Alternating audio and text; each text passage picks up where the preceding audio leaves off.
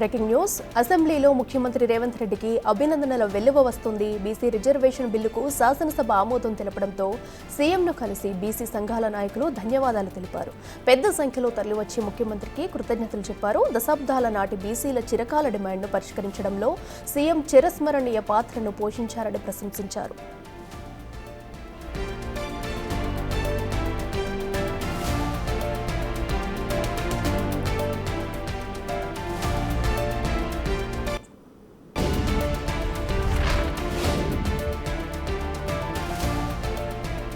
ఇదే అంశానికి సంబంధించి మరింత సమాచారం మా ప్రతినిధి వాసు అందిస్తారు. వాసు, చెప్పండి, అటు బీసీ రిజర్వేషన్కి సంబంధించి కూడా ఆమోదం తెలపడంతో అటు ముఖ్యమంత్రి రేవంత్ రెడ్డికి అయితే ప్రతి ఒక్కరు కూడా కృతజ్ఞతలు తెలుపుకుంటున్నారు. వారి స్పందన ఎలా ఉంది? డీటెయిల్స్ ఏంటి? చారిత్రాత్మకమైనటువంటి బీసీ రిజర్వేషన్ బిల్లుకు తెలంగాణ శాసనసభ ఆమోదం తెలిపిన నేపథ్యంలో అసెంబ్లీలో ముఖ్యమంత్రి రేవంత్ రెడ్డిని కలిసి బీసీ నేతలు, బీసీ సంఘాల నేతలు, ఎమ్మెల్యేలతో పాటు మంత్రులు, ప్రజాప్రతినిధులు అందరూ కూడా అభినందనలు తెలుపుతా ఉన్నారు. అభినందనలు వెల్లువెత్తా ఉన్నాయి. అసెంబ్లీ ప్రాంగణంలో మొత్తం కూడా చాలా పెద్ద సంఖ్యలో తరలి వచ్చినటువంటి బీసీ నేతలు ముఖ్యమంత్రి వారికి ధన్యవాదాలు తెలుపుతున్నటువంటి పరిస్థితి కొనసాగుతోంది. అయితే ముఖ్యమంత్రిని కలిసిన వారిలో పొన్నం ప్రభాకర్ తో పాటు PCC chief Mahesh Kumar Goud, BC ఎమ్మెల్యేలు, బీసీ సంఘాల నేతలు కూడా ఉన్నారు.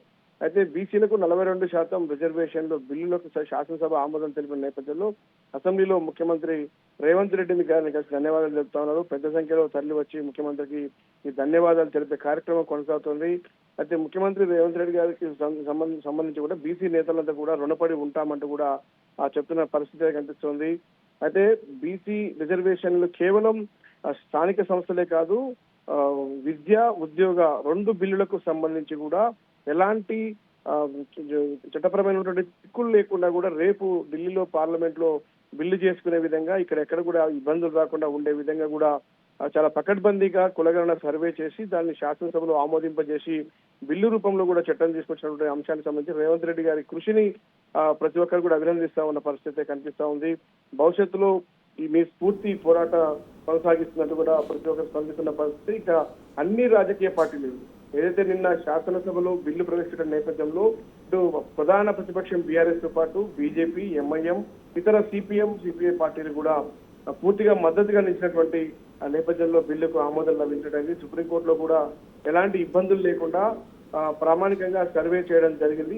ఎక్కడ కూడా ఫ్యూచర్ లో ఎలాంటి ఇబ్బంది తలెత్తకుండా ఉండే విధంగా కూడా అయితే రేవంత్ రెడ్డి మాత్రం వీళ్లకు స్పందనగా కొన్ని కీలక వ్యాఖ్యలు చేశారు. ధన్యవాదాలు చెప్పాల్సింది నాకు కాదు, రాహుల్ గాంధీకి మీరు రుణపడి ఉండాలని కూడా చెప్పారు. మీ అభినందనలు నాకు కాదు, మీరు రాహుల్ గాంధీకి అందించాలని కూడా అభినందించారు. ఎందుకంటే ఎన్నికల నేపథ్యంలో భారత జోడో యాత్ర సందర్భంగా అధికారంలోకి వచ్చినటువంటి రాష్ట్రాల్లో కులగణన నిర్వహిస్తాం అని రాహుల్ గాంధీ చాలా స్పష్టంగా చెప్పారు. ఇచ్చిన మాట ప్రకారం తెలంగాణ రాష్ట్రంలో గవర్నమెంట్ రాగానే కులగణన నిర్వహించడం జరిగింది. 50% మించి రిజర్వేషన్లు పెంచుకోవాలంటే ముందుగా జనాభా లెక్కలు తెలాలి. కాబట్టి ప్రస్తుతం జనగణనలో సంబంధించినటువంటి కులగణన సర్వేను ఈ బీసీల లెక్కేంటో తేలిందంటూ కూడా రేవంత్ రెడ్డి వ్యాఖ్యానించారు. అందుకే రాష్ట్రంలో బీసీలు కుల సర్వే నిర్వహించాల్సి వచ్చిందని చెప్పారు. ప్రధానంగా కూడా ఫిబ్రవరి 4కు సంబంధించిన ప్రత్యేక స్థానం ఉంది. అందుకే ఫిబ్రవరి 4ను సోషల్ జస్టిస్ గా ప్రకటిస్తున్నామని కూడా ముఖ్యమంత్రి వాళ్ళు తెలపడం జరిగింది. ప్రతి ఏడాది సోషల్ జస్టిస్ డేగా ఫిబ్రవరి 4ను జరుపుకోవాలని కూడా ముఖ్యమంత్రి రేవంత్ రెడ్డి బీసీ సంఘాల నేతలను కోరడం జరిగింది. దీనికి సంబంధించి ఎవరైతే బీసీ సంఘాలు రాజకీయంగా ఎదగడం కోసం కులాన్ని అడ్డం పెట్టుకొని రాజకీయాలు చేస్తున్నారో వాళ్ళు ఎట్టి పరిస్థితుల్లో నమ్మొద్దు. ఈ సర్వేకి సంబంధించి ఒక చరిత్రలో మైలురాయిగా నిలిచిపోతా ఉంది. దేశంలో అన్ని రాష్ట్రాలకు దిక్సూచిగా తెలంగాణ నిలవబోతా ఉంది. దేశంలో ఎక్కడ సర్వే చేయాలన్నా కానీ మన ప్రాథమికంగా తెలంగాణలో చేసినటువంటి కులగణన సర్వేను తీసుకోవాల్సినటువంటి పరిస్థితి ఏర్పడింది కూడా ప్రస్తుతం రేవంత్ రెడ్డి చెప్తున్న పరిస్థితి. అయితే పూర్తిగా కూడా కానీ మేము కులగణన సర్వే ద్వారా బీసీల లెక్క 56.36% తేల్చాం. కానీ మండల్ కమిషన్ కూడా బీసీల లెక్క 52% అని గతంలో తెలిసింది. కానీ మేము 56.36% తేల్చామని ఆ ముఖ్యమంత్రి చెప్పినటువంటి పరిస్థితి. అయితే కాంగ్రెస్ పార్టీ ఎప్పుడు బీసీలకు అండగా ఉంటుంది. బీసీ అధ్యక్షుడు కూడా గతంలో అందరూ బీసీలే పనిచేశారన్న అంశాన్ని కూడా ఆ ముఖ్యమంత్రి బీసీ నేతలకు గుర్తు చేశారు. ఇక తదుపరి అంశాల సంబంధించి ఈ సర్వేలు తప్పబడితే నష్టపోయేది బీసీలే.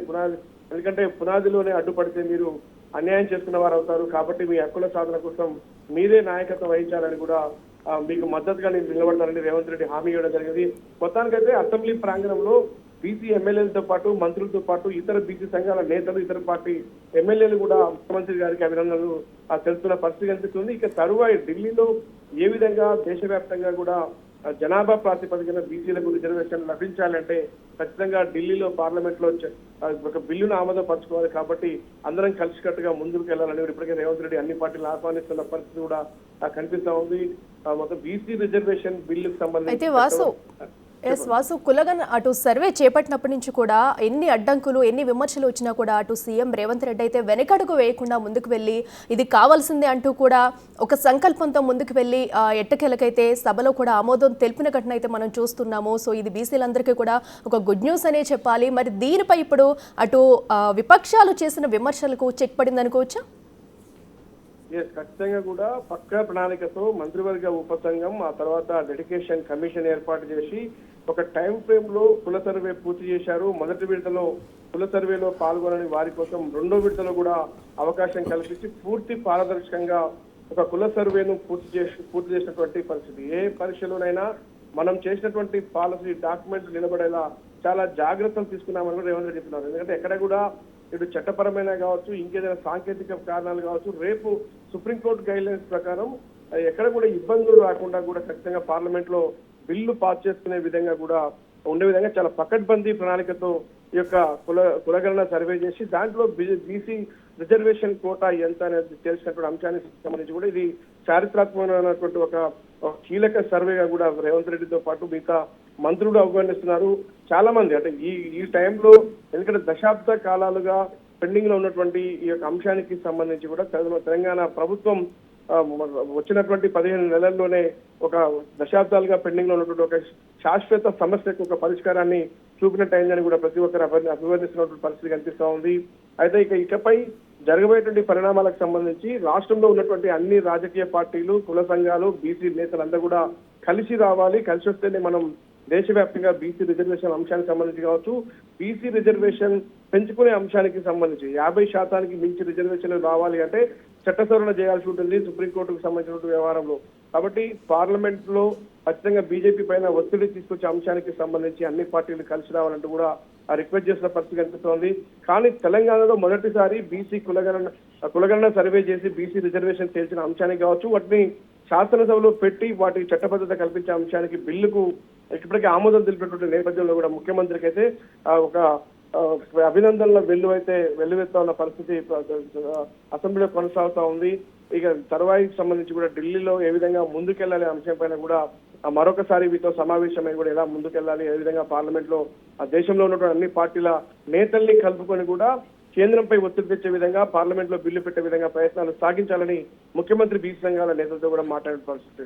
అతనికి ఏదేమైనా కూడా ఒక చారిత్రాత్మకమైనటువంటి ఒక నిర్ణయానికి సంబంధించి ఒక అంశంలో తెలంగాణ అసెంబ్లీ బడ్జెట్ సమావేశాలు వేదిక కావడం, దాంట్లో కాంగ్రెస్ ప్రభుత్వం రేవంత్ రెడ్డి నాయకత్వంలో కూడా ఈ యొక్క ఘనత సాధించిన అంశానికి సంబంధించి బీసీ నేతలు అయితే అభినందనలు తెలుపుతా ఉన్నారు.